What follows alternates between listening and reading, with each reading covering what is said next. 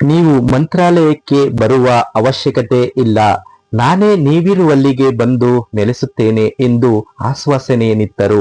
ತಮ್ಮ ಬಳಿ ಸ್ನೇಹಿತರೆ, ಎಲ್ರಿಗೂ ನಮಸ್ಕಾರ. ಶ್ರೀ ಗುರು ರಾಘವೇಂದ್ರ ಸ್ವಾಮಿಗಳು ಅಂದ್ರೆ ಪ್ರತಿಯೊಬ್ಬರು ಕೂಡ ಶ್ರದ್ಧೆ, ಭಕ್ತಿ.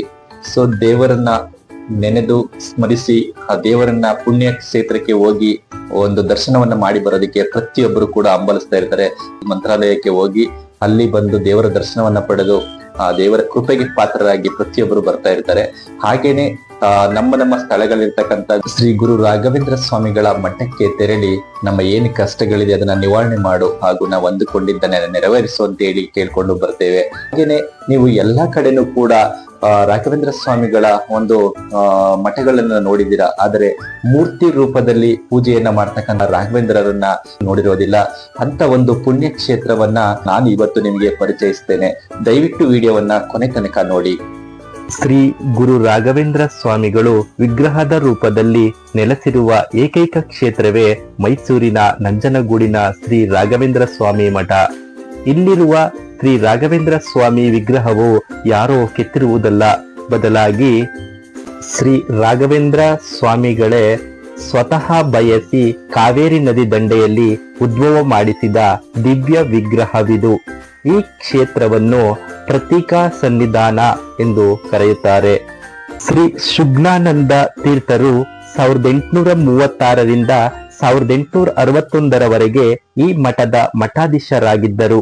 ನಂಜನಗೂಡಿನಲ್ಲೇ ಇದ್ದ ಇವರು ತಮ್ಮ ಕೊನೆಗಾಲದಲ್ಲಿ ಮಂತ್ರಾಲಯದಲ್ಲಿ ಶ್ರೀ ರಾಘವೇಂದ್ರರ ಬೃಂದಾವನದ ಬಳಿಯೇ ಬೃಂದಾವನಸ್ಥರಾಗಬೇಕೆಂದು ಆದರೆ ಇನ್ನೇನೋ ಕೊನೆಗಾಲ ಸಮೀಪಿಸುತ್ತಿದೆ ಎಂದು ಅರಿತ ಸುಜ್ಞಾನಂದರು ಮಂತ್ರಾಲಯಕ್ಕೆ ತೆರಳಲು ಸಕಲ ಸಿದ್ಧತೆ ಮಾಡಿಕೊಳ್ಳತೊಡಗಿದರು. ಆ ಸಮಯದಲ್ಲಿ ಈ ರಾಘವೇಂದ್ರ ಸ್ವಾಮಿಗಳು ಸುಜ್ಞಾನಂದರ ಕನಸಿನಲ್ಲಿ ಆಗಮಿಸಿ, ನೀವು ಮಂತ್ರಾಲಯಕ್ಕೆ ಬರುವ ಅವಶ್ಯಕತೆ ಇಲ್ಲ, ನಾನೇ ನೀವಿರುವಲ್ಲಿಗೆ ಬಂದು ನೆಲೆಸುತ್ತೇನೆ ಎಂದು ಆಶ್ವಾಸನೆಯನ್ನಿತ್ತರು. ತಮ್ಮ ಬಳಿ ಮೂರ್ತಿಯೊಂದು ಆಗಮಿಸುತ್ತದೆ, ಅದನ್ನು ನಂಜನಗೂಡಿನಲ್ಲಿಯೇ ಪ್ರತಿಷ್ಠಾಪಿಸಿ ಎಂದು ಗುರು ರಾಘವೇಂದ್ರರು ಹೇಳುತ್ತಾರೆ. ಅದೇ ಸಮಯದಲ್ಲಿ ಗುರು ರಾಘವೇಂದ್ರರು 3 ಜನ ವ್ಯಕ್ತಿಗಳ ಕನಸಿನಲ್ಲಿ ಕಾಣಿಸಿಕೊಳ್ಳುತ್ತಾರೆ. ಈ ಸಮಯದಲ್ಲಿ ಶ್ರೀರಂಗಪಟ್ಟಣದ ಬಟ್ಟೆ ಒಗೆಯುವ ವೃತ್ತಿಯ ವ್ಯಕ್ತಿಯೊಬ್ಬರು ಬಟ್ಟೆಯನ್ನು ಒಗೆಯುತ್ತಿರುತ್ತಾರೆ. ಅವರ ಬಟ್ಟೆ ಒಗೆಯುತ್ತಿದ್ದ ಕಲ್ಲಿನಲ್ಲಿ ಇದ್ದಕ್ಕಿದ್ದ ಹಾಗೆ ಓಂ ಎಂದು ಶಬ್ದ ಬರಲು ಶುರುವಾಗುತ್ತದೆ. ಇದನ್ನು ಕೇಳಿ ಹೆದರಿದ ವ್ಯಕ್ತಿ ಆ ಕಲ್ಲನ್ನು ಉಪಯೋಗಿಸುವುದನ್ನು ನಿಲ್ಲಿಸುತ್ತಾರೆ. ಅದೇ ದಿನ ಆತನ ಕನಸಿನಲ್ಲಿ ಆಗಮಿಸಿದ ಗುರು ರಾಯರು ಆ ಕಲ್ಲಿನಲ್ಲಿ ಒಂದು ವಿಗ್ರಹವಿದೆ, ಅದನ್ನು ಕೇಳಿಕೊಂಡು ಒಬ್ಬ ಬ್ರಾಹ್ಮಣ ಬರುತ್ತಾರೆ. ಅವರಿಗೆ ಆ ಒಂದು ವಿಗ್ರಹವನ್ನು ಕೊಡು ಎಂದು ಹೇಳುತ್ತಾರೆ. ಅದೇ ದಿನ ನಂಜನಗೂಡಿನ ಒಬ್ಬ ಬ್ರಾಹ್ಮಣನ ಕನಸಿನಲ್ಲಿ ಬಂದು ಕಾವೇರಿ ನದಿ ದಡೆಯಲ್ಲಿ ಒಬ್ಬ ಬಟ್ಟೆ ಒಗೆಯುವ ವೃತ್ತಿಯನ್ನು ಮಾಡುವ ವ್ಯಕ್ತಿಯ ಹತ್ತಿರ ನನ್ನ ವಿಗ್ರಹವಿದೆ, ಅದನ್ನು ತೆಗೆದುಕೊಂಡು ಬಂದು ಪ್ರಜ್ಞಾನಂದ ತೀರ್ಥರಿಗೆ ಕೊಡಬೇಕೆಂದು ಹೇಳುತ್ತಾರೆ. ಮರುದಿನವೇ ಬಟ್ಟೆ ಒಗೆಯುವ ವ್ಯಕ್ತಿ ಆ ಕಲ್ಲನ್ನು ತಿರುಗಿಸಿ ನೋಡಿದಾಗ ಅದರಲ್ಲಿ ರಾಘವೇಂದ್ರ ಸ್ವಾಮಿಯವರು ಇರುವುದು ಕಂಡು ಆಶ್ಚರ್ಯಪಡುತ್ತಾರೆ. ಆ ಸಮಯದಲ್ಲಿ ಆ ಬ್ರಾಹ್ಮಣ ವ್ಯಕ್ತಿಯು ಆ ವಿಗ್ರಹವನ್ನು ಬಟ್ಟೆಯ ಒಗೆಯುವ ವ್ಯಕ್ತಿಯ ಹತ್ತಿರದಿಂದ ಪಡೆದು ಅದನ್ನು ತನ್ನ ತಲೆ ಮೇಲೆ ಹೊತ್ತುಕೊಂಡು ಸುಮಾರು 40 ಕಿಲೋಮೀಟರ್ ಕಾಲುನಡಿಗೆಯಲ್ಲಿ ಸಾಗಿ ಅದನ್ನು ನಂಜನಗೂಡಿನ ಸುಜ್ಞಾನಂದ ತೀರ್ಥರ ಹತ್ತಿರ ಕೊಡುತ್ತಾರೆ.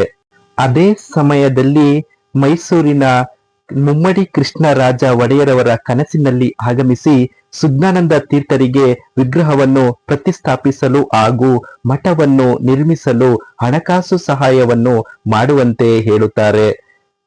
ಅದರಂತೆಯೇ ಮಹಾರಾಜ ಮುಮ್ಮಡಿ ಕೃಷ್ಣರಾಜ ಒಡೆಯರವರು ಸಮ್ಮುಖದಲ್ಲಿ ಶ್ರೀ ಗುರು ರಾಘವೇಂದ್ರ ಸ್ವಾಮಿಗಳ ವಿಗ್ರಹ ಪ್ರತಿಷ್ಠಾಪನೆಯಾಗಿ ಗುರು ರಾಘವೇಂದ್ರ ಸ್ವಾಮಿಗಳ ವಿಗ್ರಹವಿರುವ ಮಠವು ನಿರ್ಮಾಣವಾಗುತ್ತದೆ. ಸ್ನೇಹಿತರೆ, ಮೂರ್ತಿ ರೂಪದಲ್ಲಿ ಕಾಣಸಿಗುವ ಶ್ರೀ ಗುರು ರಾಘವೇಂದ್ರ ಸ್ವಾಮಿಗಳ ಪುಣ್ಯ ಕ್ಷೇತ್ರವಾದಂತಹ ನಂಜನಗೂಡನ್ನ ನಿಮ್ಗೆ ನಾನು ವಿಸ್ತಾರವಾಗಿ ತಿಳಿಸ್ಕೊಟ್ಟಿದ್ದೇನೆ. ನಮ್ಮ ವಿಡಿಯೋ ಇಷ್ಟ ಆಯ್ತು ಅಂತಂದ್ರೆ ದಯವಿಟ್ಟು ಸಬ್ಸ್ಕ್ರೈಬ್ ಮಾಡ್ಕೊಳ್ಳಿ. ಧನ್ಯವಾದಗಳು.